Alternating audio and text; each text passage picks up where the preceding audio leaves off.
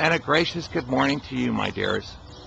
I am standing in front of 250 North Calaveras, which is the second half of a complex that shares this parcel with 240.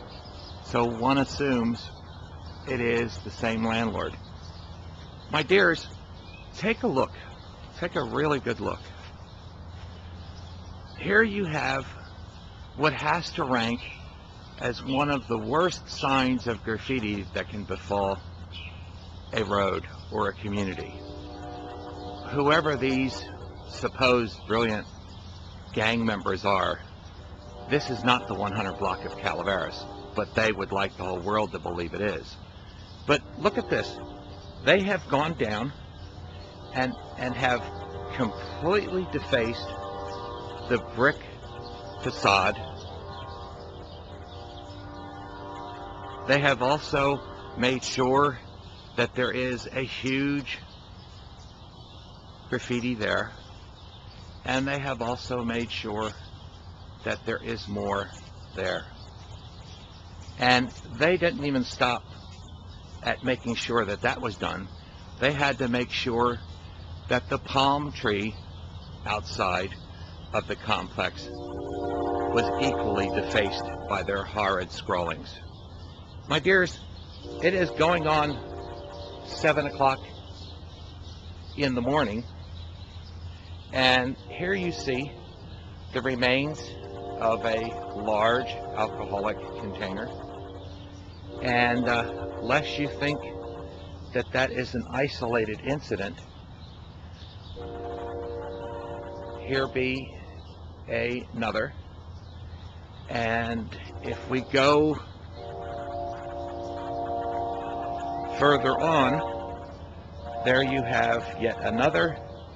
And of course, this be the little gap between two properties rather. And you can see that the clever clogs eat their crisp and drink their alcohol and hang about here where it's dimly lighted so that they could be less observed, hanging on the road. Now, my dears, there will be some who will say that this is no big deal.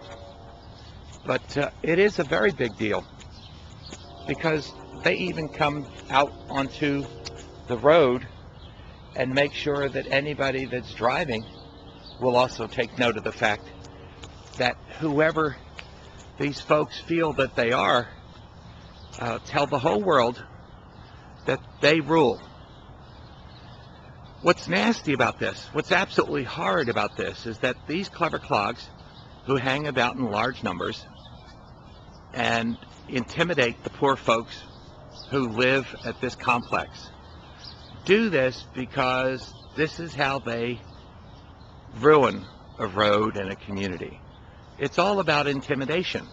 If they stand out here in large numbers and they deface the building and they drink in public and they hide in the shadows and they do other nefarious things, the good folks will be so intimidated that their actions will be ignored.